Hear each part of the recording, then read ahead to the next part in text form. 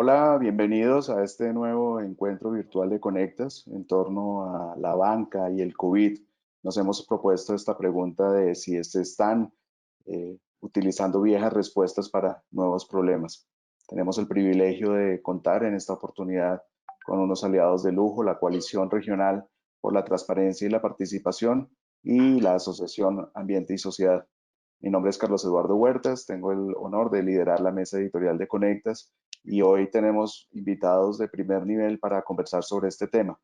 Voy a comenzar con Laura Gil. Laura, bienvenida. Muchísimas gracias por esta invitación, Carlos. Un saludo a todos los panelistas, a todas las personas que nos están viendo. Un gusto. Laura es uruguaya y colombiana, es internacionalista, es experta en temas de derechos humanos y derecho internacional humanitario, periodista y analista política de diferentes medios de referencia en Colombia.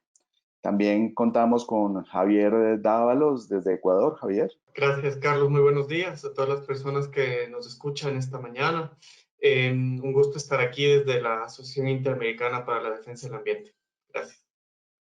Javier es el abogado senior de esta asociación, AIDA, especializada pues, en la defensa interamericana del medio ambiente, coordinador del programa de cambio climático.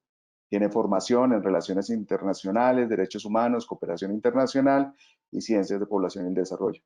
Y como coanfitriona de esta actividad, como parte de Ambiente y Sociedad, pues es abogada especialista en derecho ambiental, es subdirectora y coordinadora del área de financiamiento y derechos socioambientales de Ambiente y Sociedad.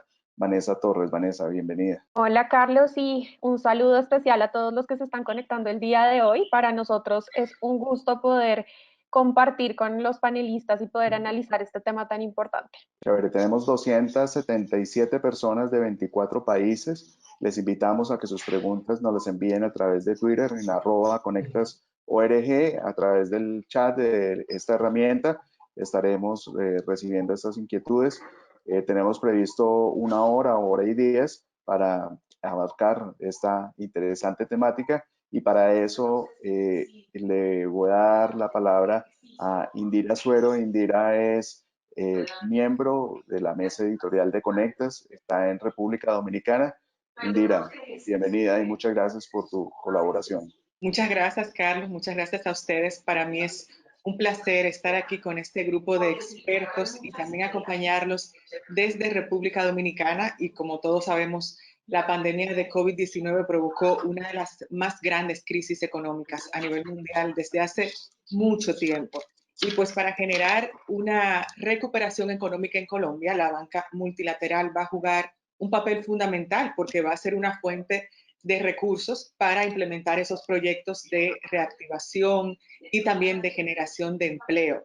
Pero como en todo tipo, como en este tipo de casos existe lo que es el riesgo de que esa misma banca pues exija medidas de rectitud económica como reformas tributarias que aumenten la contribución de la gente y que reduzcan la contribución de las empresas, también reducción al gasto social y priorización a las industrias extractivas.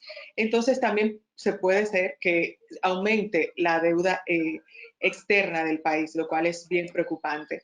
Y por eso, pues en este foro vamos a analizar si esas medidas tradicionales van a ser suficientes para atender los retos sociales, económicos, ambientales y de salud pública de Colombia después de la pandemia, y por otro lado, si la ciudadanía tiene esa capacidad de realizar una veeduría con el acceso a la información necesaria para hacer un control, algo muy importante, un control social de la ejecución de los recursos de la deuda externa. Y pues Laura, voy a empezar con usted inmediatamente. Vemos que en este momento de crisis, los países en vías de desarrollo como Colombia, pues recurren a lo que es la banca multilateral para financiar proyectos de reactivación. Un ejemplo es el caso del Banco Interamericano del Desarrollo, el BID, que es un financiador de peso en la región. Entonces vemos que Mauricio Claver Carón va a ser el primer director que no proviene de un país de esta región, sino que pertenece a lo que es el ala conservadora del Partido Republicano en Estados Unidos. Entonces, ¿cree usted que Claver Carón, viniendo de ese ese background de un partido que niega abiertamente el cambio climático y que tiene una posición tan fuerte con el tema de la pandemia, ¿cree usted que pueda dejar Claver Carón al BID en una agenda de viejas respuestas a nuevos problemas? Mire, yo creo que todavía no tenemos la respuesta a esa pregunta y explico por qué. Como usted bien dijo, la elección de Mauricio Claver fue un rompimiento con el pasado que destrozó a la región. El proceso de elección fue espantoso de confrontación. Por dos razones. Uno, porque como lo dijo, es el primer presidente que no viene de la región. Y segundo, hay un rompimiento en el perfil de los presidentes habían sido economistas o habían estado vinculados al mundo político. Este no ha tenido, ha sido un lobista. Su vinculación al servicio público ha sido de unos poquitos años antes de entrar al BID. ¿Qué es lo que yo creo? Que el Claver está tratando de hacer su presidencia viable. Entonces, fue elegido y el cambio de tono ha sido inmediato, marcando un distanciamiento con Trump. Y les voy a dar unos elementos. Primer elemento, reconoció la victoria de Biden inmediatamente. Eso es una señal. Dos, lo eligieron el 12 de septiembre y en su primer mensaje público fue: yo quiero sentarme a hablar con los países que se abstuvieron, los que me hicieron la guerra. O sea, un tono conciliador que no es la persona de Mauricio Claver. Nosotros conocemos a Mauricio Claver, asesor de seguridad del Consejo Nacional de Seguridad, primera generación cubano-americano de retórica de ultraderecha, ¿no? El tono conciliador. Y después los mensajes que ha mandado a los pequeños países. Estas elecciones de vicepresidentes de pequeños países que también rompen con el pasado, uno podría decir es clientelismo demagógico, otro podrían decir le está dando a estos países chiquitos un espacio que nunca han tenido en el BID. Entonces, ¿qué creo yo? Todo va a depender de la capitalización del BID. Si él logra la capitalización, entonces creo que él puede lograr hacer una presidencia más o menos viable. Si él no logra la capitalización, creo que vamos a estar en un escenario también de primeros. Como está rompiendo precedente en todo, creo que podríamos estar frente a la posibilidad de un retiro forzado de un presidente del BID. Porque acuérdense que Estados Unidos tiene el 30% del poder de voto allá y eso podría suceder lo impensable. Entonces esa sería mi respuesta. Muchas gracias. Vanessa, vemos que también los países en vía de desarrollo llevan mucho tiempo tratando de alcanzar justamente ese desarrollo y crecimiento económico, en especial mediante los sectores extractivos y mineroenergéticos. Se supone que no debería de haber un conflicto entre desarrollar un país y respetar a los derechos humanos y a las comunidades, pero esto es un problema constante que vemos a menudo. ¿Por qué cree usted que se dan esos conflictos? Gracias por la pregunta y conectando un poco con lo que menciona Laura, análisis que agradecemos profundamente porque de hecho desde una articulación de sociedad civil de la cual AIDA, Ambiente y Sociedad hace parte, hacemos estos análisis mensualmente de qué es lo que esperamos y debo mencionar que como sociedad civil desde un inicio estuvimos en contra de esta elección y de este rompimiento de la región frente a un momento tan crítico en América Latina, ¿no? Entonces creo que esto es importante mencionarlo. Ahora, frente a la pregunta que tú me haces, yo destacaría 4 puntos claves del por qué se están dando estos conflictos entre un desarrollo económico que vemos que se mantiene hacia el fortalecimiento de explotación de industria extractiva. Entonces yo destacaría en primer lugar, por supuesto que en América Latina tenemos un punto en común y es que los marcos normativos ambientales y sociales son débiles en materia de participación ciudadana y acceso a la información. Entonces, ¿qué tenemos? El caso de Colombia es un caso clarísimo de esto. Tenemos marcos normativos ambientales que tienen procesos, por ejemplo, de elaboración de estudios de impacto ambiental, de que la autoridad ambiental defina o analice cuáles son estos impactos a nivel técnico y a nivel social. Sin embargo, las fases de participación para las comunidades son muy limitadas. Ejemplo de ello es, por ejemplo, el proceso de licenciamiento ambiental en Colombia solamente tiene una fase de participación, que es básicamente una audiencia pública ambiental, que es poco solicitada por las autoridades ambientales. Generalmente son las comunidades las que exigen esta fase de participación, y lo más importante es que los puntos que se analizan dentro de una audiencia pública ambiental no son vinculantes dentro del proceso de definición de un permiso o de una licencia de un determinado proyecto. Entonces, creo que ese es un primer punto. En segundo lugar, por supuesto, el tema de acceso a la información es clave, y más en una época de pandemia. En Colombia es muy difícil acceder a expedientes en materia social y ambiental, ya sea virtual, es imposible porque la Agencia Nacional de Licencias Ambientales no tiene estos expedientes de manera virtual, y en materia física es supremamente complejo. Debe ser abogado o debe ser técnico para poder acceder a estos documentos. Entonces vemos que el derecho está siendo vulnerado constantemente. ¿A qué nos lleva esto? A escenarios de conflicto donde las comunidades se enteran en etapas muy avanzadas de los proyectos que van a ser implementados en su territorio. Y finalmente yo mencionaría un factor clave que sin duda aqueja a toda la región de América Latina y el Caribe, es la amenaza y el asesinato de defensores ambientales. Vimos el último informe de Global Witness publicado este año, que hace referencia al análisis de 2019, donde América Latina ocupa el primer lugar como la región más peligrosa para ejercer esta defensa. Y ¿quiénes ocupan los primeros lugares de asesinatos y amenaza de líderes? Colombia encabeza el primer lugar, luego vemos Filipinas, y la lista sigue hacia Brasil, México, Honduras, Guatemala. Vemos que América Latina lidera desafortunadamente este fenómeno, y sin duda esto marca, digamos que una posición en contra entre el gobierno, las comunidades y las empresas, donde las comunidades se ven en constante amenaza precisamente por garantizar una defensa de su territorio y el desarrollo de economías alternativas que se enfrentan, y ahí regreso al comienzo, a una industria extractiva que está siendo apoyada y que está intentando ser fortalecida, ya sea a través de préstamos con banca multilateral o con otros actores por parte de los gobiernos en la región. Justamente vi que 69 defensores ambientales fueron asesinados en el último periodo en Colombia, o sea que es un punto bien interesante. Javier, en esta misma línea, ¿qué tipo de proyectos deberían priorizarse para generar un desarrollo integral y reactivar la economía, además de los proyectos extractivistas? Gracias, Indira, y un saludo a mis colegas del panel. Creo que esa es la pregunta clave, ¿no? En este momento de propuestas de recuperación económica, definitivamente los proyectos que se planteen tienen que estar orientados hacia el fortalecimiento, por ejemplo, de las energías renovables, a la energía limpia, las soluciones basadas en la naturaleza, con un enfoque de derechos humanos, con un enfoque de género. Digamos, la mayoría de las instituciones financieras multilaterales, muchos de los gobiernos están hablando de esta necesidad de reconstruir mejor, de una recuperación transformadora, de una recuperación justa.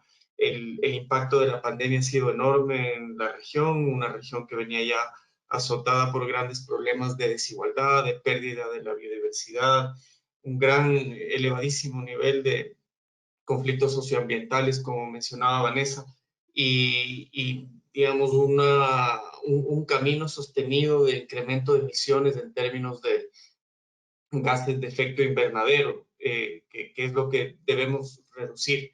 Entonces, tu pregunta, como decía, es fundamental. El tipo de proyectos hacia los que tenemos que orientar, los paquetes de recuperación, las medidas económicas, en la acción del sector privado, tienen que estar distantes de aquellos que nos trajeron a este momento de crisis climática, y además de una desconexión muy amplia con la naturaleza, que es la que finalmente provoca este tipo de pandemias, como la que estamos atravesando en este momento. Entonces, definitivamente alejarnos del carbón, alejarnos de la exploración y explotación de combustibles fósiles, de la minería a gran escala, alejarnos de las grandes represas y acercarnos a proyectos que generen una democratización del acceso a la energía, proyectos que vengan del sector solar, del sector eólico. Creo que son aquellos hacia donde se tienen que dirigir los esfuerzos tanto de los estados como de la banca bilateral, digamos. Ese es el camino, es un consenso mundial que está ya certificado en el Acuerdo de París. Tenemos que reducir emisiones y hacia allá se tienen que dirigir todos los esfuerzos. Vanessa, ¿cómo se puede llegar a ese desarrollo sostenible con actividades que no tengan un impacto tan fuerte en las comunidades y también en los ecosistemas? Bueno, yo agregaría a lo que menciona Javier, que es clave el fortalecimiento de la participación ciudadana desde la configuración de los planes de ordenamiento territorial. De hecho, creemos que en Colombia es una de las principales debilidades, ya que cuando se configura digamos que el aprovechamiento de los territorios, muchas veces las comunidades no tienen la posibilidad y la ciudadanía de aportar a este modelo. Entonces, por ejemplo, un claro ejemplo de esta situación ocurre en el piedemonte amazónico, en los departamentos de Caquetá y Putumayo, donde a la fecha, actualmente, por ejemplo, en el departamento de Putumayo tenemos 39 proyectos petroleros activos. El número es bastante alto. Digamos que en relación al número nacional, en Colombia tenemos actualmente más de 300 proyectos activos en materia petrolera. Entonces, si ustedes se dan cuenta, un escenario donde hay innumerables proyectos extractivos, porque esta es la cifra que les doy solamente en materia petrolera, seguramente en minería también se triplican esos proyectos en este mismo departamento, nos deja un escenario complejo para que comunidades puedan desarrollar proyectos alternativos a nivel económico, que entre ellos incluyen, por ejemplo, viéndolo desde una óptica de economía tradicional, por ejemplo, de los pueblos indígenas, ellos fomentan mucho economías a través de la chagra, a través de, digamos, todos estos cultivos, digamos, de uso directo, y es muy difícil acceder a este tipo de visión de aprovechamiento del territorio cuando se tienen ya otros planes a gran escala dentro del mismo. Entonces, sin duda, además de estos proyectos que te menciono, nuestro llamado es a abrir esa participación desde la planificación misma del territorio a las comunidades para evitar futuros conflictos socioambientales. Laura, ¿qué piensa usted sobre esta solución que dan tanto Vanessa como Javier en cuanto a este tipo de proyectos? Sí. Yo lo que creo es lo siguiente. Yo creo que estamos en un momento muy, muy delicado. Mauricio Claver planteó en su plataforma de campaña para la presidencia del BID un plan que se llama 5x5, 5 puntos. Y el primer punto es creación de empleo. Entonces, ¿cuál es la manera más práctica de crear empleo? Los grandes proyectos de infraestructura. Entonces, en este momento yo creo que como sociedad civil hay que tener mucho cuidado en qué proyectos de infraestructura se eligen. O sea, ya en Colombia, por ejemplo, tenemos la experiencia de un proyecto financiado por el BID, como por ejemplo Hidroituango, ¿no? O sea, las condiciones en que se planteó. Entonces, a mí me parece que hay que mirar con mucho ojo lo de infraestructura, pero además usar esto como una oportunidad. Realmente no, ¿por qué seguir haciendo lo que se venía haciendo? ¿Por qué no invertir en proyectos de menor escala, pero quizás de más, largo alcance en materia de sostenibilidad? Y en eso quisiera como decir algo como colombiana, ¿no? Los PDET tienen cantidad de proyectos que no están financiados, cantidades, que son amigables con el medio ambiente, que ya están concertados con la comunidad, o sea, ya pasaron una etapa previa de concertación, quizás no con las formas legales de la consulta previa, pero ya una concertación. ¿Por qué no miramos, por ejemplo, eso? Javier, una pregunta, siguiendo con esta discusión sobre este tipo de proyectos. ¿Crees tú que hay algún cambio de las condiciones de los financiadores hacia los gobiernos para evitar este tipo de conflictos con justamente los proyectos que financian?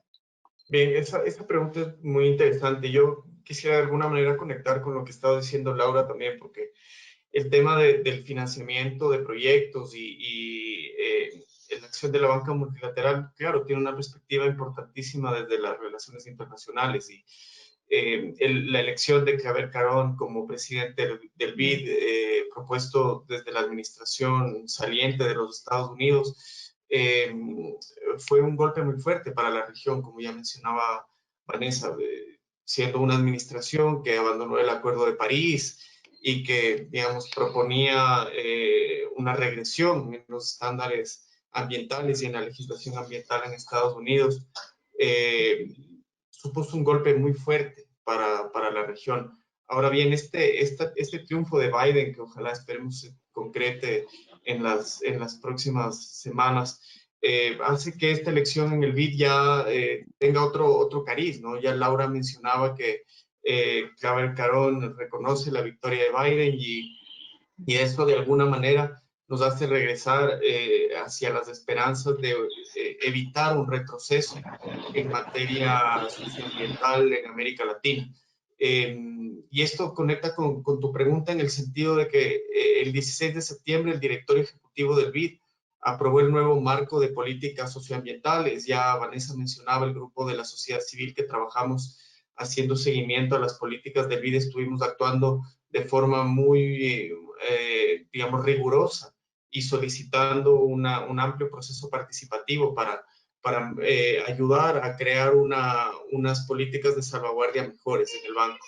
Y algo clave que creo que puedo mencionar y dejar como un mensaje para responder esta pregunta es que el BID ha ampliado la lista de exclusión del tipo de proyectos que financia.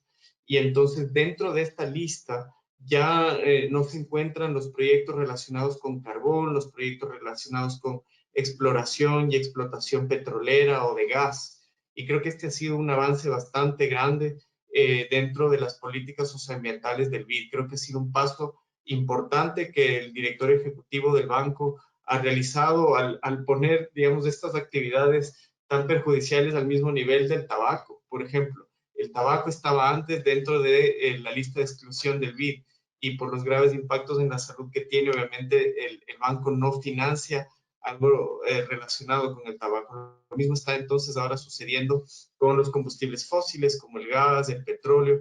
Creemos que es un paso muy importante del banco que además viene en una tendencia, ¿no? Con esto cierres una tendencia mundial, el paso de los combustibles fósiles a las energías renovables y en ese sentido los estándares del banco están mejorando. Ahora un reto grande es la implementación y que efectivamente los gobiernos de nuestros países implementen y se acojan a estos estándares nuevos del BID.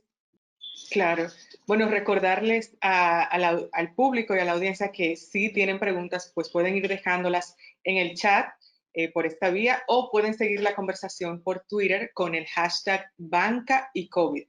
Este es el hashtag que estamos utilizando para esta conversación. Y bueno, Laura, continuando con nuestra charla, vemos que el gobierno de Colombia ya anunció que va a aumentar la deuda externa hasta casi un 60% del PIB y que gran parte de esos préstamos pues van a venir de la banca multilateral.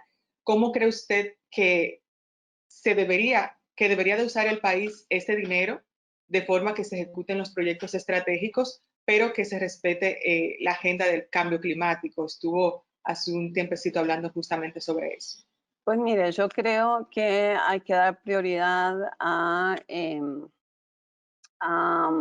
proyectos ambientalmente amigables con el medio ambiente, que den sostenibilidad. ¿Por qué creo eso? Porque en Colombia estamos viviendo un momento muy delicado que se ha combinado con las protestas sociales de fines de noviembre pasado, una, digamos, angustia masiva que profundizó el COVID. Y yo lo que veo aquí es que si el gobierno decide, sin consultar a las comunidades, sin consultar a los gobiernos locales, en grandes proyectos de infraestructura que puedan tener efectos contra el medio ambiente, que puedan provocar desplazamiento, como han provocado tantos proyectos en Colombia, podríamos estar frente a una explosión social. Realmente yo creo que estamos bien cerquita en Colombia de estar frente, creo que hasta ahora el COVID ha sido una barrera de contención a el gran descontento que hay, pero creo que estamos frente a esto. Ahora, yo no tengo problemas en que el gobierno se endeude. Yo creo que en este momento hay que endeudarse, que los países no pueden tener las respuestas tradicionales frente a las dificultades que están viviendo sus ciudadanos. Yo creo que tienen las recetas, o sea, Colombia, por ejemplo, la regla fiscal, hay que cogerla, tirarla, olvidarse que existe por un tiempo y después cuando todo vuelva a su curso, volvemos a las recetas más ortodoxas. Pero yo creo que en este momento la lección es, hay que gastar y hay que gastar en cosas que ayuden a la gente. Cosas, por ejemplo, las brechas tan grandes que hay en Colombia, que nos ha mostrado, que conocíamos, pero que el COVID ha puesto de presente en materia sanitaria, por ejemplo, o brechas de Internet. O sea, nosotros tenemos una enorme brecha de Internet que significa que un porcentaje muy amplio de la población ha quedado al margen del sistema educativo durante todos estos meses. ¿Por qué no ir pensando en proyectos que permitan ir cerrando brechas de ese tipo? Vanessa, ¿qué le parece a usted esa respuesta de Laura? Ya, perdón, tenía el micrófono silenciado. No, de hecho estoy de acuerdo. Creo que sí, o sea, creo que es un análisis bastante sensato. Yo creo que digamos que esa apuesta de endeudamiento se enfrenta a grandes retos, que por supuesto nosotros desde sociedad civil los vemos y los exigimos. Y es, por ejemplo, toda la cartera de proyectos que se ha aprobado, no solamente en Colombia, sino en toda la región, en torno al COVID-19.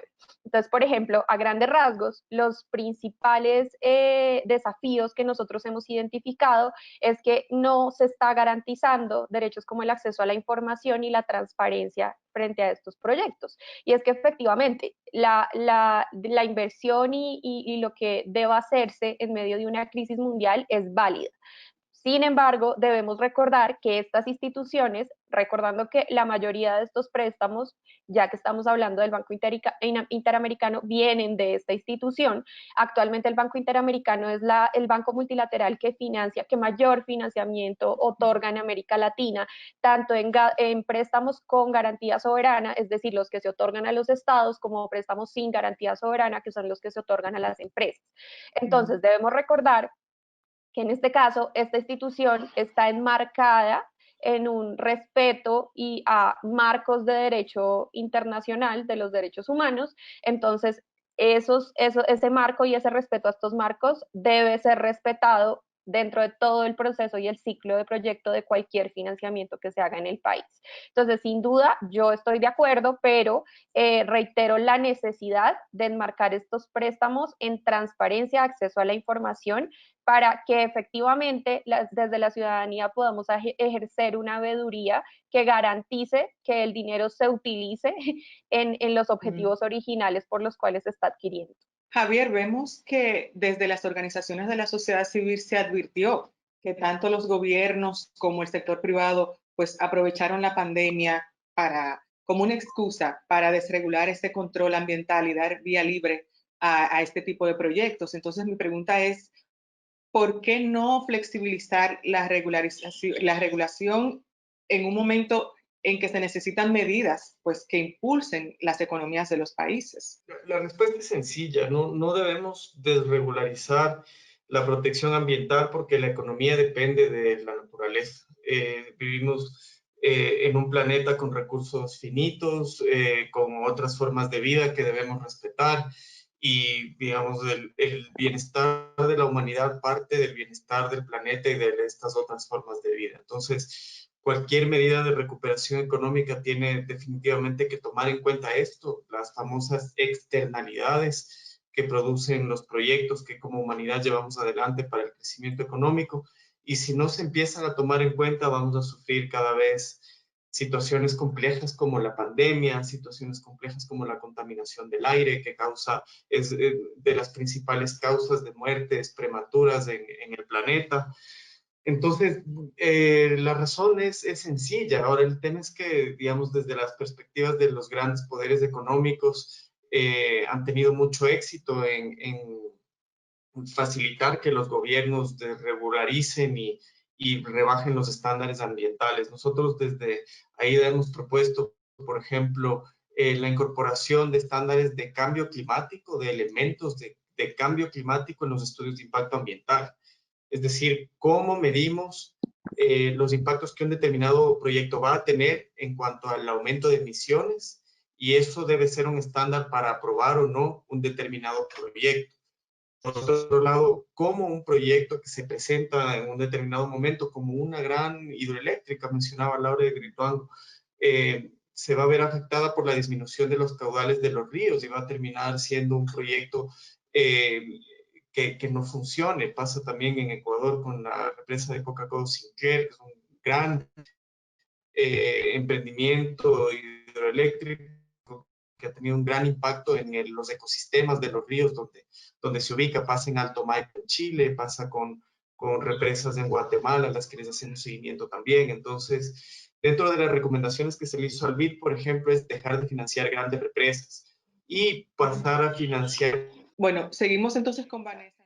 Vanessa, ¿piensa usted que con la financiación de la banca multilateral se podrá lograr que esos proyectos tengan un impacto positivo en otros factores como la protección ambiental, la reducción de la pobreza y la educación? Yo retomaría un poco lo que mencionaba Javier y creo que es clave para responder esta pregunta tan importante, entender que yo creo que el proceso ha cambiado y uno de los principales desafíos que identificamos desde sociedad civil, y ahí hablo, digamos que con una visión de América Latina, ha sido un proceso de muchos años donde nos hemos intentado articular en torno a instituciones financieras internacionales y lograr desmitificar esa idea que tenemos y que normalmente un ciudadano tiene, y es que acceder a un espacio de diálogo con un funcionario de estas instituciones es prácticamente imposible, ¿no? Entonces aquí lo primero es entender que, por supuesto, la ciudadanía aquí tiene un rol súper activo. Y el ejemplo que dio Javier del proceso de incidencia que se ha estado impulsando desde el año pasado ante el BID Invest y ante el Banco Interamericano de Desarrollo, o sea, el ala pública y el ala privada del banco, ha sido fundamental. Y sin duda, la estructuración de una lista de exclusión que por primera vez, de manera explícita, elimina el financiamiento a estados de proyectos petroleros, de proyectos mineros, ya Javier profundizó en el tema, es un logro histórico para las organizaciones de la sociedad civil, más aún teniendo en cuenta la situación en materia de deforestación y en la que nos encontramos a nivel global.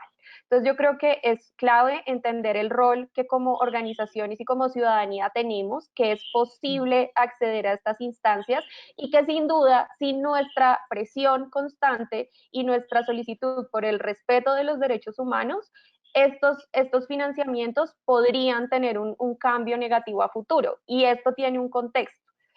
Recordemos que uno de los principales, podríamos decir, competencias que tienen tanto el Banco Mundial como el Banco Interamericano es la inversión china, que es una inversión que ha llegado a América Latina muy fuerte, que se ha enfocado en implementar proyectos de infraestructura, precisamente en el caso colombiano. Llegó un poco a reemplazar ese rol que tenía Brasil hace algunos años, que con la crisis de corrupción que se dio, China entra como a reemplazar un poco este rol, ¿no? En el caso colombiano, la mayoría de proyectos que estaban siendo financiados o ejecutados por empresas brasileras entran a ser reemplazados por empresas chinas y financiados por bancos chinos. Entonces, la banca multilateral, Banco Mundial y Banco Interamericano de Desarrollo se enfrentan a un gran desafío, y es que esta banca china, no tiene implícitamente reconocidos estándares en materia de derechos humanos. Entonces, sin duda, aquí podemos ver una lucha o una competencia constante en la que la ciudadanía debe tener un rol activo. Debemos recordar que estas instituciones tienen un rol fundamental porque sin sus recursos los estados no podrían desarrollar muchos de los proyectos que se están implementando actualmente, principalmente en materia de infraestructura. Me pareció maravilloso el análisis que hacía Laura, y yo agregaría a esto que por supuesto es un gran desafío. Recordemos que actualmente en Colombia se están terminando, entre comillas, de implementar la cartera de proyectos 4G, que son estos de cuarta generación, donde vimos muchas de las grandes carreteras como la Ruta del Sol, entre otras, que tuvieron muchos problemas en su implementación y que de hecho muchos de estos proyectos no fueron finalizados con éxito, y ya desde el gobierno nacional se está hablando de una cartera 5G, que sin duda instituciones como el Banco Interamericano de Desarrollo van a financiar porque ya lo anunciaron. Entonces nosotros debemos mantener un monitoreo constante, una veeduría y continuar exigiendo básicamente el respeto por los derechos humanos desde estos escenarios. Javier, ahora que le tenemos de nuevo, luego de ese problemita con la conexión, ¿qué piensas sobre ese punto que dice Vanessa de esa nueva inversión china, que pues imagino que representa algo completamente diferente para lo que venimos acostumbrados?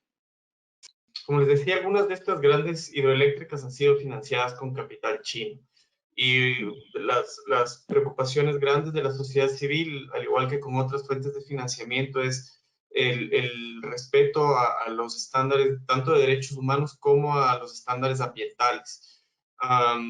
Más allá del origen de los capitales, creo que algo fundamental en la región es que logremos tener marcos jurídicos que nos permitan exigir el respeto a estos estándares en cualquier tipo de proyectos. Un tema importante en relación a China también es, por un lado, el uso amplio del carbón. Es tal vez uno de los países que más consumen carbón y una de las principales razones por las cuales se produce sus altísimas emisiones. En este momento es el país que más emite. Pero claro, hay una buena noticia también, ¿no? China ha anunciado un plan de descarbonización al 2060, lo cual anunciaba el plan de Biden de descarbonizar Estados Unidos hacia el 2050.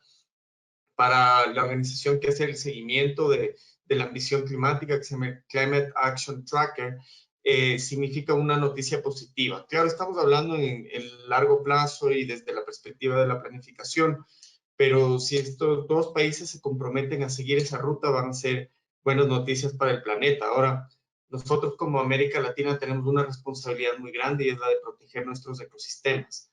Entonces, eso no quiere decir que no tengamos que hacer procesos ambiciosos de mitigación y de adaptación al cambio climático para proteger ecosistemas que son muy frágiles como la Amazonía, los arrecifes de coral en el Caribe. Y digamos, es muy importante que nuestros gobiernos tomen esa conciencia y que cualquier proyecto que sea financiado por capitales chinos o por la banca multilateral tenga en cuenta estos estándares a los que yo hacía referencia en la pregunta anterior, ¿no? Cómo el cambio climático puede afectarse por los proyectos, pero al mismo tiempo los proyectos se verán afectados por el cambio climático al momento de tomar una decisión de recepción o de endeudamiento, porque estamos hablando finalmente de eso, ¿no? De nuestros países endeudándose para buscar el crecimiento económico. La conclusión siempre es que tenemos que tener a la naturaleza y a las comunidades, los derechos de las comunidades primero para tomar buenas decisiones económicas. Laura, ¿qué piensa usted sobre este tema de la inversión china en este tipo de proyectos? Mire, yo creo que es el desafío más grande en este momento y voy a plantear por qué creo eso. Realmente, cuando se eligió Mauricio Claver como presidente del BID, se temió y se teme todavía de que meta el BID en la gran competencia de poder entre China y Estados Unidos y que el BID quede atrapado en eso. La región ha decidido en su gran mayoría mantener relaciones buenas con Estados Unidos y con China. Si se va por ese camino, va a meter a los países en una disyuntiva en la que no quieren estar y se le pueden revelar. Pero en términos de los desafíos ambientales y de derechos humanos, el problema es muy, muy grave. Porque hay que, digamos, ¿cuál tiene que ser la estrategia de la sociedad civil en este caso? China, en términos del BID, no cuenta. China cuenta por 0.004% de lo que presta el BID. Eso es lo que representa China en términos de la plata que pone en el BID. ¿El problema cuál es? Es que cuando sacan a licitaciones los proyectos financiados por el BID, los ganan las empresas chinas, con todos los problemas que planteó Vanessa. O sea, no es que el BID con China lleguen de la mano, es a través de licitaciones que están ganando y plantean todos los problemas que menciona Vanessa. Entonces hay dos opciones. Uno dice, no, marginamos completamente a los chinos porque nos traen todos esos problemas. Si hacemos eso, primero los chinos ya están coqueteando con la CAF. Entonces, mejor dicho, en vez de hacerle el lobby al BID, vamos a terminar con el mismo lío en la CAF, solamente que vamos, digamos, trasladamos nuestras preocupaciones a otra entidad multilateral, pero no es que lo resolvamos. Y el problema peor, el más grave, creo yo, es que si marginamos demasiado a China en estas entidades multilaterales, tanto el BID como la CAF, ¿qué van a hacer los chinos? Van a negociar préstamos bilaterales al estilo del Belt and Road Initiative. El Belt and Road Initiative es un desastre. Tiene a los países ahogados. O sea, hay países como Sri Lanka que ya le tuvieron que ceder territorio en forma de pago a China por 60 años en concesión porque no podían pagar.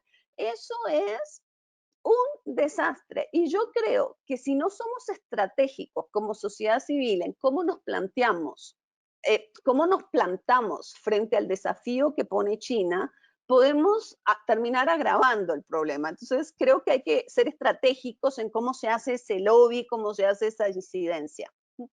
Y continuando con usted, Laura, vimos que durante crisis económicas anteriores, pues se hicieron varias críticas sobre las medidas que esos organismos internacionales le piden a los países en vías de desarrollo. ¿Considera usted que esta situación se va a repetir en la actual crisis justamente por esta situación, o que por esos retos que trae la COVID-19 los bancos multilaterales van a hacer un cambio completamente radical? No, los bancos no van a hacer ningún cambio si no están atrapados en una lógica obligados a hacerlo. Eso, o sea, no es que ningún banco va a decir voy a cambiar mis estándares o mi forma de hacerlo si no hay un movimiento que esté exigiéndolo. Eso es mi lectura. Tenemos varios, o sea, el tema del déficit democrático de los organismos internacionales no afecta solo a la banca. En la banca es más grave, pero porque tenemos menos acceso, pero afecta a todas las organizaciones internacionales y todas han buscado manera de responder a este déficit democrático buscando mayores formas de interlocución y participación de la sociedad civil internacional. Por ejemplo, la Cumbre de las Américas empezó a montar una cumbre previa de sociedad civil ante cada Cumbre de las Américas. Nunca han logrado, digamos, resolver el problema de cómo ambas cumbres se hablan, pero es un gran avance tener a toda la sociedad civil reunida antes de que los gobiernos se reúnan con declaraciones, con acuerdos previos, con presiones. Aquí tenemos uno inmediato. Se nos viene la Asamblea General del BID en Barranquilla. Y la gran pregunta es como sociedad civil latinoamericana, ¿qué vamos a hacer entre esta asamblea? Entonces yo creo, para responderte en plata blanca, no creo que los bancos multilaterales vayan a hacer nada si nosotros no nos organizamos. Vanessa, ¿podría usted agregar algo a esto que dice Laura? Y claro, me parece fundamental lo que Laura menciona, y es que efectivamente, si uno se va, digamos que a la historia de la consolidación de espacios de sociedad civil ante la banca multilateral, fue gracias a la movilización de la sociedad civil, a esa presión constante que se ha dado. Por supuesto, yo estoy de acuerdo, creo que ahí falta mucho por hacer, faltan muchos espacios por abrir y por, digamos que, descentralizar y no solo hacerlos efectivos a través de reuniones de pequeñas, o sea, pocas personas reunidas con funcionarios del banco. Creo que tiene que abrirse a un escenario más participativo, sobre todo con las comunidades que han sido afectadas por estas inversiones, que sin duda siguen y continúan viendo, que creo que esto es un desafío para nosotros desde el trabajo que hacemos, y es que continúan viendo estas instituciones lejanas, Ya hemos logrado algunos avances, pueblos indígenas, pueblos afro han podido dar sus inputs directamente a funcionarios del banco, a la oficina de salvaguardas de ambas instituciones, Banco Mundial y Banco Interamericano, pero sin duda Laura menciona un desafío que se nos viene y es esta asamblea del próximo año que efectivamente se confirmó que va a ser en Barranquilla, y aquí hay un antecedente. La última asamblea del BID, la última que se pudo hacer presencialmente, se hizo en Guayaquil, en Ecuador, y precisamente nosotros como organizaciones de la sociedad civil exigimos una participación al interior de este espacio, y que no solo sea una participación en foros explicativos donde nos digan qué es el banco, porque yo creo que la sociedad civil de la región ya está en otra fase de discusión, ya tenemos argumentos técnicos, hemos investigado, sabemos los impactos, conocemos la normativa del banco y queremos hablar en ese escenario. Entonces, en este escenario en Guayaquil no tuvimos la posibilidad de tener un espacio como sociedad civil al interior del diálogo que se tuvo formalmente. Sin embargo, realizamos un espacio alternativo con la participación de comunidades afectadas por proyectos financiados por el banco, y destaco por supuesto la presencia de lideresas del movimiento Ríos Vivos que, digamos, están día a día luchando por los impactos generados por Hidroituango. Participaron líderes indígenas afectados por un proyecto petrolero que fue financiado en la Amazonía peruana hace algunos años, el proyecto Camisea, ustedes lo deben conocer, entre otros. Entonces creo que este posicionamiento debe continuar, esa exigencia de participación de sociedad civil en estos espacios debe lograrse, y no solamente, repito, debe reducirse a pequeñas reuniones excepcionales donde algunos tenemos la posibilidad de estar presentes, sino que debemos continuar exigiendo espacios abiertos, públicos, en todo sentido. Javier, ¿qué piensa usted sobre esto que dicen tanto Vanessa como Laura sobre la inclusión y la necesidad de que esté más presente la sociedad civil? Completamente de acuerdo. Yo creo que hemos venido construyendo espacios de participación de la sociedad civil, exigiendo que la voz de las comunidades, de las organizaciones no gubernamentales, de la academia, sea escuchada por estos espacios de financiamiento multilateral, y que en este momento donde nos enfrentamos a la pandemia y a sus consecuencias, todavía no quiero hablar de pospandemia, porque en América Latina el asunto está todavía en franco crecimiento. Creo que se presenta una oportunidad muy grande para hablar de transición energética justa, para hablar de justicia climática, para tomar en cuenta la perspectiva de proyectos que vienen desde las comunidades y que merecen ser también financiados, no solamente los grandes proyectos de infraestructura que Laura mencionaba al inicio del conversatorio.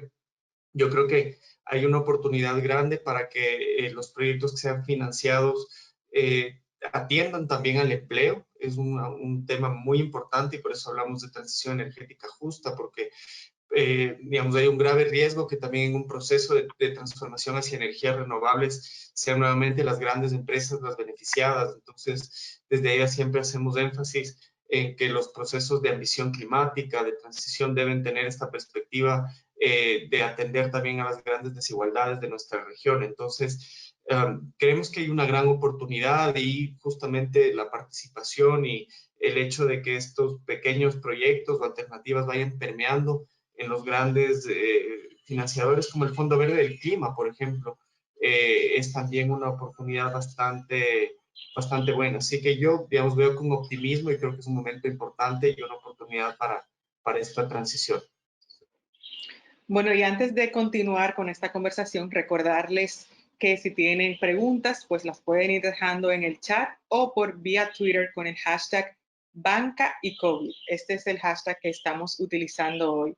Laura, venimos de 4 años del gobierno de Trump, donde vimos cómo organismos clave del sistema internacional, como Naciones Unidas, la OTAN y también acuerdos multilaterales de comercio, pues fueron muy criticados, y esto generó un ambiente de desconfianza total a nivel internacional. ¿Cómo ve usted el panorama ahora que Joe Biden fue elegido y cuáles piensa usted que van a ser esos efectos de las relaciones de la banca multilateral con países en vías de desarrollo? Mire, yo creo lo siguiente. Evidentemente Biden va a apostar al multilateralismo, ya anunció que en su primer día regresa al Acuerdo de París y la Organización Mundial de la Salud, o sea, muy bien. Lo que yo creo es que esos son gestos muy positivos, pero que no van automáticamente a hacer recuperar para Estados Unidos una confianza que ya se perdió. O sea, lo que nos parecía imposible en digamos, en Estados Unidos pasó. Un Estados Unidos atacando a sus aliados en la OTAN, por ejemplo, y aliándose con Rusia. Eso que nos parecía el imposible ya pasó. Y recuperar la confianza va a ser muy difícil. Creo que también tenemos que tener claro de que digamos que en el primer año no debemos ser demasiado optimistas. Los desafíos de política exterior que va a tener Biden para tratar de reconstruir esa confianza justamente van a ser tan enormes que creo que la región va a estar un poquito abajo en las prioridades.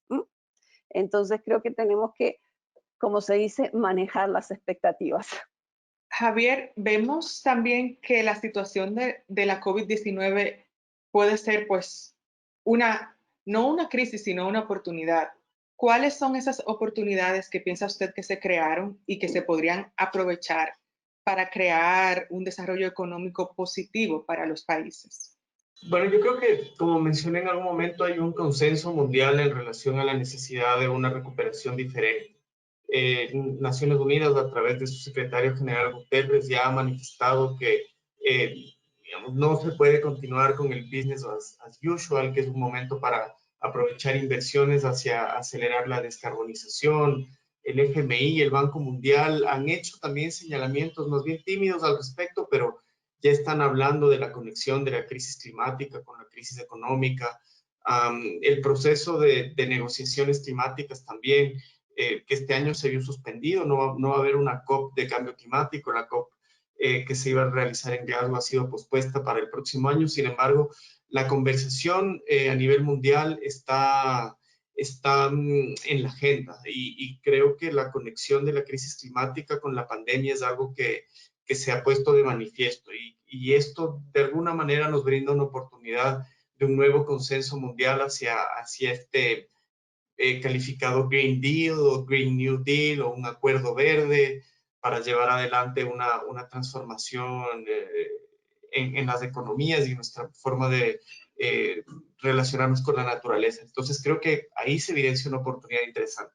Y otra es lo que venimos viendo desde hace muchísimo tiempo con los movimientos y las comunidades que con procesos de resistencia o con sus procesos democráticos y el manejo de sus territorios en lo local, nos han enseñado que podemos tener esta relación distinta con la naturaleza. Entonces, esta conexión de una oportunidad global nueva, ¿no? Ahora con la elección de Biden incluso y el regreso al Acuerdo de París que mencionaba Laura, el regreso a la Organización Mundial de la Salud, en conexión con las resistencias locales, me parece que nos presenta una oportunidad interesante y que ojalá no la desperdiciemos como sociedad. Laura, ¿cuáles piensa usted que son esos cambios que se deberían de hacer para fortalecer la confianza y superar esa diatriba entre desarrollo económico, protección ambiental y derechos humanos? Yo creo que hay que educar. Yo la verdad es que creo que hay que seguir haciendo el esfuerzo de educar a las sociedades. Creo que se ha hecho mucho, pero creo que el movimiento ambiental en la región todavía le falta. Es decir, si uno mira la experiencia del movimiento de derechos humanos y cómo se formó y cómo se consolidó el movimiento transnacional de derechos humanos en digamos, al final de las dictaduras en el Cono Sur, en América Latina, que es el germen del gran movimiento de derechos humanos latinoamericano, yo todavía no siento que el movimiento ambiental esté hablándole a nuestras sociedades con la misma fuerza. Creo que todavía falta consolidar ahí un ejercicio de educación y de comunicación. Eso sería, digamos, mi llamado a las organizaciones de la sociedad civil. Todavía hay organizaciones, hay que volverlo movimiento. Vanessa, ¿qué piensa usted sobre esto que dice Laura, de la importancia de educar y pues de comunicarse con las comunidades? Yo estoy completamente de acuerdo con Laura. Creo que día a día tenemos que seguir descentralizando ese conocimiento. Yo destacaría dos escenarios. Por un lado, un escenario difícil, y aquí digamos que con conocimiento de causa lo menciono, por ejemplo, el proceso, y creo que de hecho está súper relacionado con todo lo que estamos hablando.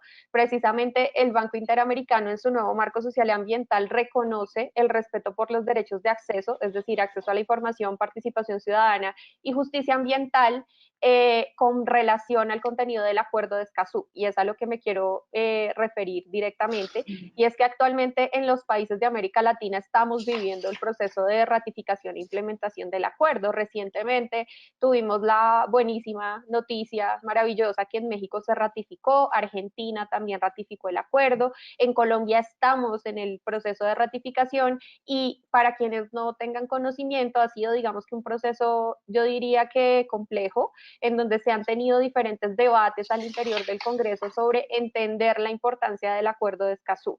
Y como sociedad civil, desde Ambiente y Sociedad hacemos parte de la Alianza por el Acuerdo de Escazú, donde participamos diferentes organizaciones, universidades. Uno de los desafíos principales al que nos hemos enfrentado es precisamente el que menciona Laura, y es lograr democratizar esa información técnica, de entender que es un acuerdo internacional, que para muchas personas puede ser algo muy enredado o complejo, y lograr hacer entender que es un mecanismo que podría llegar a garantizar la protección de la vida de defensores y defensoras ambientales y garantizar una protección efectiva de áreas protegidas en el país. Y por otro lado, yo veo otro escenario más esperanzador, y es que sin duda, y me refiero al caso colombiano, en los últimos años hemos evidenciado una apropiación por el tema ambiental del cuidado de los territorios de las comunidades. Y si ustedes recuerdan, hubo una época, yo diría que 2 años, 2017 a 2018, donde se incrementaron, por ejemplo, las consultas populares por parte de la ciudadanía para votar a favor o en contra de proyectos petroleros a nivel nacional, donde la mayoría de estos ejercicios democráticos, el voto fue un no rotundo por proyectos petroleros y mineros en diferentes regiones del país. Esto llevó a la consolidación de diferentes movimientos sociales. Vemos en Santander el movimiento para la protección del páramo de Santurbán, vemos en Cundinamarca todos los campesinos y ciudadanos articulados para la protección del corredor de páramos. A nivel amazónico vemos una articulación súper fuerte a través de organizaciones como la OPIAC, por ejemplo, la Organización Amazónica de Pueblos Indígenas, la ONIC, que también tiene una presencia muy fuerte a nivel nacional para la protección de territorios colectivos. Los pueblos afro también están bastante articulados. Entonces yo creo que, hablando desde el punto ciudadano, y mencioné como una gran categoría de organizaciones que hay, pero desde el punto de vista ciudadano siento que hay mucha más empatía. Nosotros desde Ambiente y Sociedad hacemos un riguroso seguimiento y tenemos una gran acogida en redes sociales y medios, y vemos esa respuesta. O sea, los ciudadanos, los jóvenes están muy activos con el tema de Escazú. De hecho, los jóvenes se han apropiado absolutamente del tema y le han exigido directamente al Congreso de la República que lo ratifique. Entonces yo creo que hay esperanza. O sea, hay un desafío de pedagogía y me sumo completamente a ese desafío, pero creo que también hay como un nuevo despertar dentro de la juventud y dentro de la sociedad en general, en relación a la protección del ambiente. Bueno, y ya para entrar a lo que es esta parte final de nuestra conversación de hoy, tengo una pregunta para cada uno de ustedes. Vanessa, continuando con usted, varios bancos multilaterales implementaron mecanismos para recibir quejas de las comunidades afectadas por los proyectos. ¿Piensa usted que fueron efectivos esos instrumentos o que se deberían de implementar medidas adicionales? Bueno, yo creo que estoy perfectamente acompañada en este espacio, principalmente por Javier. AIDA ha sido una organización que ha liderado precisamente diferentes procesos en la región frente al seguimiento y apoyo a comunidades en mecanismos de rendición de cuentas. Yo agregaría 2 cosas. La primera es que yo creo que es un gran desafío que estos mecanismos, para recordarle a quienes nos están viendo y escuchando, son estas instancias donde la ciudadanía puede interponer quejas por vulneración de derechos humanos de proyectos o financiamientos que haga la banca multilateral. El Banco Mundial y el Banco Interamericano de Desarrollo tienen estos mecanismos de rendición de cuentas que se entienden como independientes dentro del organigrama de cada uno de los bancos. Entonces yo mencionaría que un primer reto al hablar de la efectividad es recordar que los resultados de estas investigaciones al interponer una queja no son vinculantes. Es decir, el mecanismo desarrolla un informe donde determina si el financiamiento afectó o no afectó derechos humanos en un territorio determinado, pero este informe no es vinculante. Con esto no quiere decir que la institución va a retirar el financiamiento, entonces sin duda este es un gran desafío al que nos enfrentamos, pero sí puede hacer parte este proceso o la activación de estos mecanismos de una gran estrategia de litigio dentro de cada uno de los procesos a nivel nacional. Entonces vemos que efectivamente tenemos las instancias judiciales en cada uno de nuestros países que sabemos que son muy complejas, que son procesos que se pueden demorar muchísimo tiempo en dar una sentencia o una orden directa por parte de un juez, pero tenemos otras instancias a nivel internacional donde podemos activar otros actores que participaron en la implementación de estos proyectos. Y un segundo punto es que si bien estos mecanismos no son vinculantes, sí han tenido resultados exitosos. Y yo menciono precisamente uno de los casos que desde AIDA acompañaron y fue la queja interpuesta ante el mecanismo de rendición de cuentas del Banco Mundial que financia a las empresas, que es la CAO, el ala del Banco Mundial que financia a las empresas, que es este mecanismo de siglas la CAO, y se interpuso una queja en el 2012 por parte de las comunidades, el Comité por la Defensa y la Vida del Páramo de Santurbán, por un financiamiento que se había aprobado para un proyecto minero en el páramo.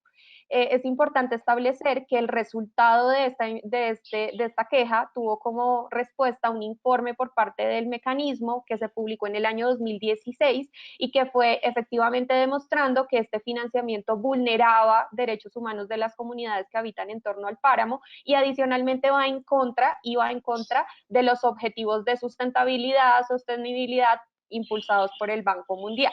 Entonces, ¿qué tuvimos? Efectivamente, este informe no fue vinculante, no quiere decir que con el informe la empresa el banco retiró inmediatamente el financiamiento de la empresa, pero sí fue un insumo fundamental fue como el caballito de batalla de las comunidades para decirle al banco, usted mismo se está diciendo que no debe financiar estas actividades.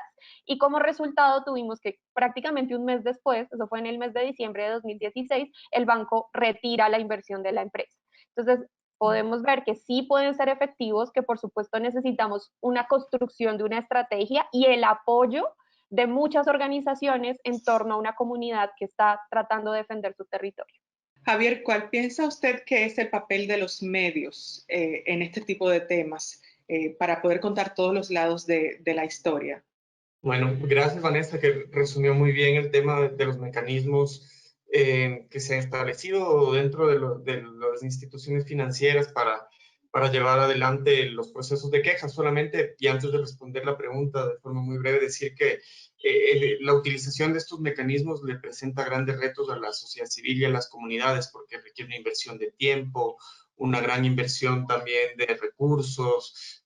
Nos enfrentamos a los problemas de las personas defensoras del ambiente en América Latina y creo que eso también, digamos, hay graves riesgos a la integridad y a la vida de quienes utilizan estos mecanismos. Entonces, hay retos todavía para que estos vayan siendo instancias realmente efectivas. Han tenido unos impactos positivos, pero estamos todavía co-construyéndolas y esperamos que vayan mejorando en su eficacia.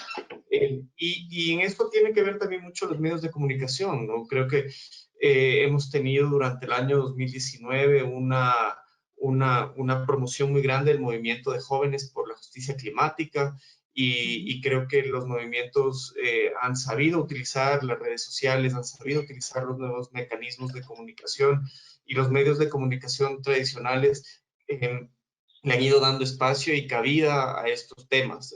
Muchos periódicos están estableciendo secciones específicas sobre clima, por ejemplo, están dando las noticias sobre cuál es la cantidad de emisiones o cómo está el aire de las ciudades, y creo que esos son temas muy, muy importantes para que estemos informados e informadas sobre estos temas. Así que los medios de comunicación tienen un papel fundamental, espacios como este que estamos compartiendo el día de hoy para hablar sobre estos temas son también importantes y ojalá sigan estando presentes, ¿no?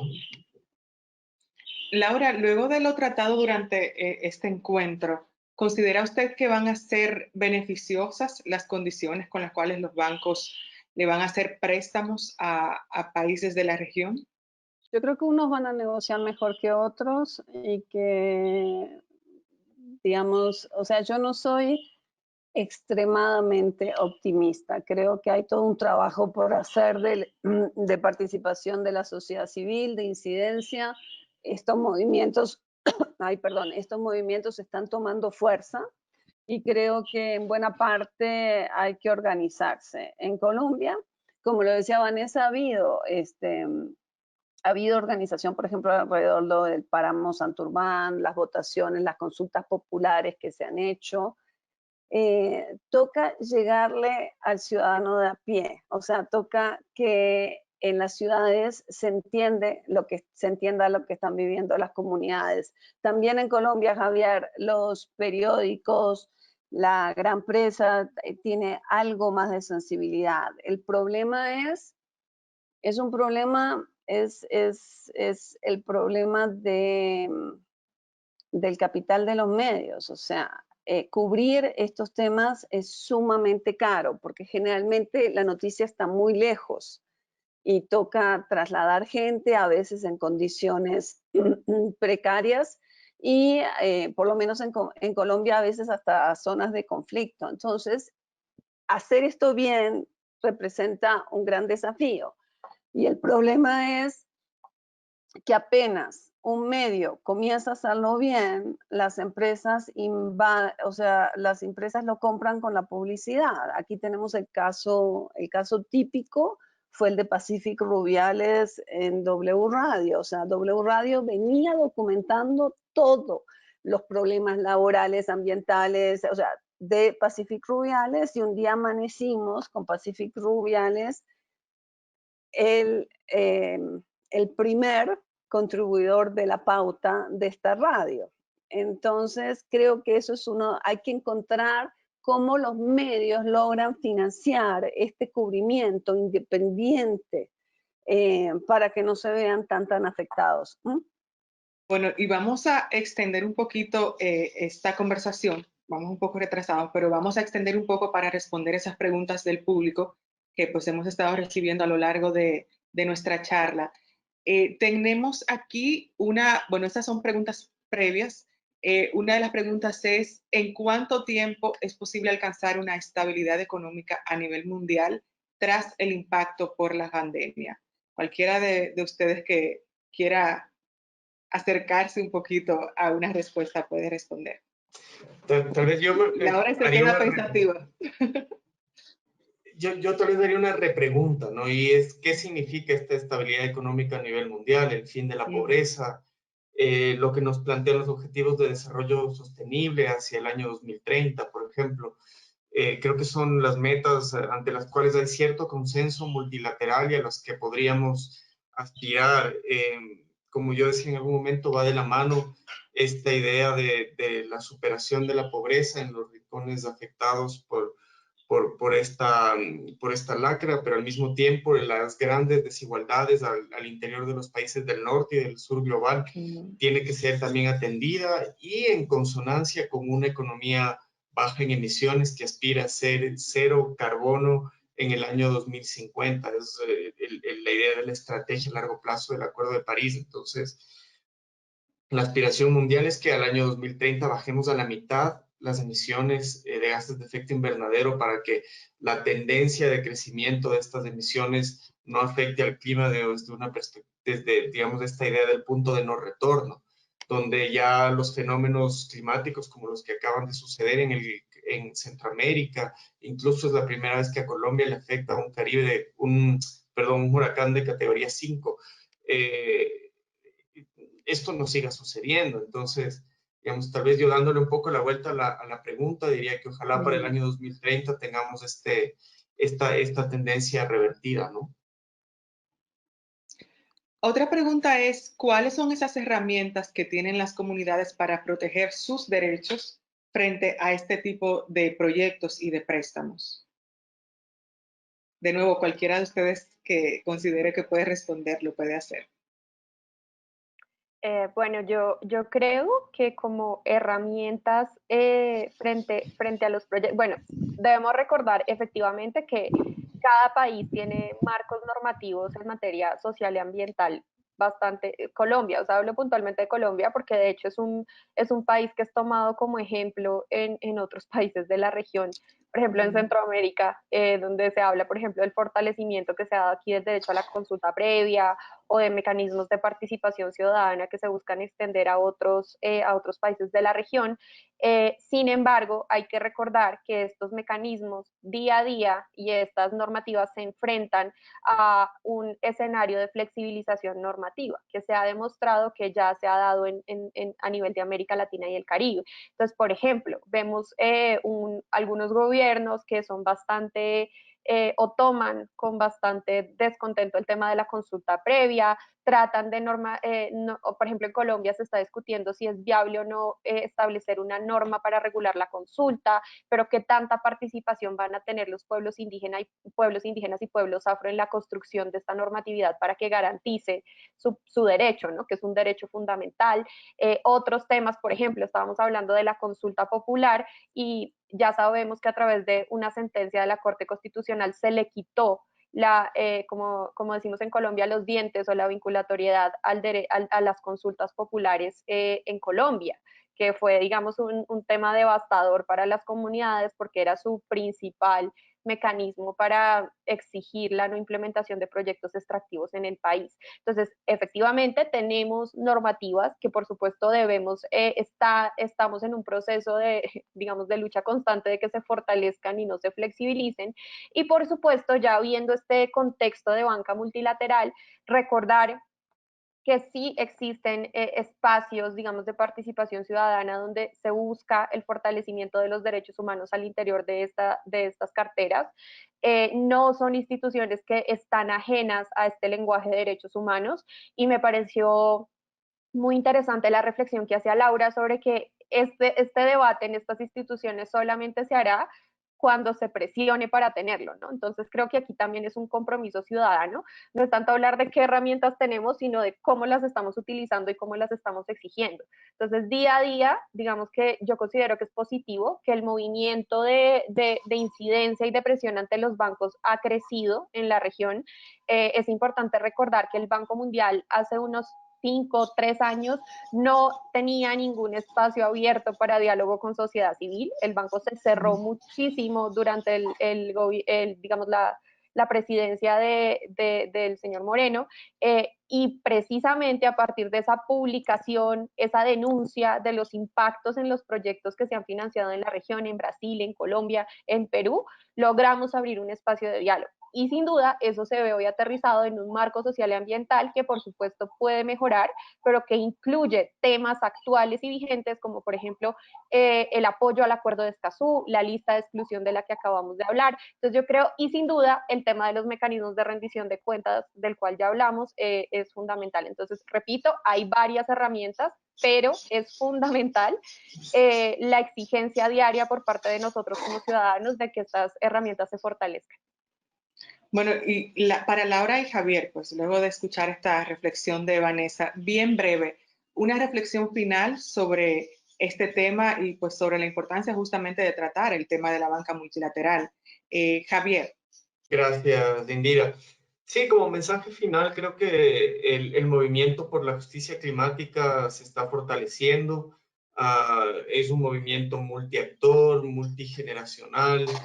Ha permeado en los gobiernos locales, por ejemplo, que impulsan la generación de transporte más limpio, proyectos que tienen que ver con el reciclaje inclusivo, que tienen que ver con el tratamiento del agua que utilizamos en las ciudades, que pasa por además mensajes desde la banca multilateral que ojalá se vayan concretando, que pasa por las comunidades indígenas, que pasa por el movimiento de jóvenes, las organizaciones no gubernamentales, la academia. Entonces, yo, digamos, quisiera dejar un mensaje esperanzador.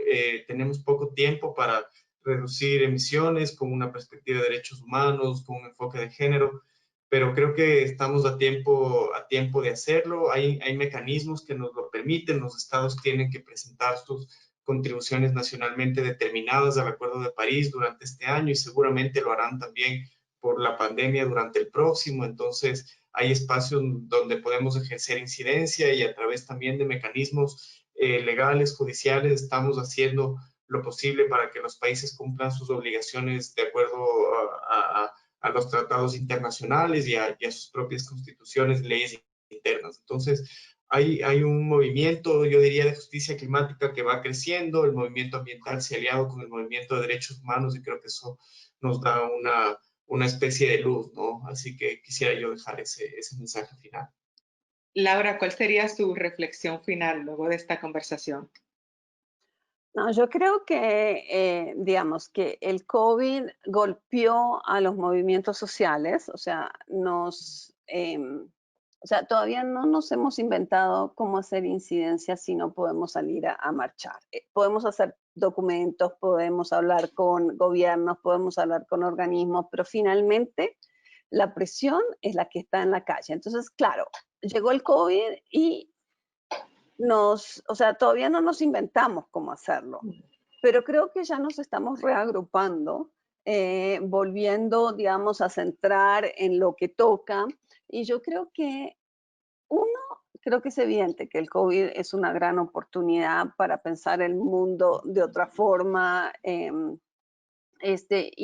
a hacer la transición energética, pero sobre todo quería volver a lo del BID. Quiero dar vuelta a lo de Mauricio Claver. No debería haber pasado, pero ya pasó. O sea, ya está ahí.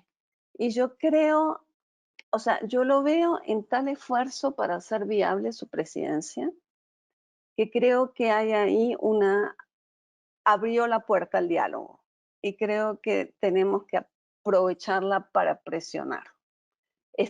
Tenemos un presidente de un banco, del banco más importante para la región, débil.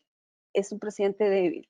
Entonces creo que hay que sentarse a hablar porque él está en la necesidad de diálogo con los gobiernos y con los movimientos sociales.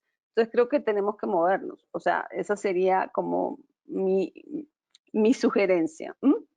Claro, bueno, y hasta aquí llegamos con este encuentro virtual de Conectas hablando sobre banca multilateral y la COVID-19, sobre viejas respuestas a nuevos problemas. Muchas gracias a nuestros panelistas, Laura Gil, Vanessa Torres, Javier Dávalos, que nos acompañan pues desde distintos puntos de la región.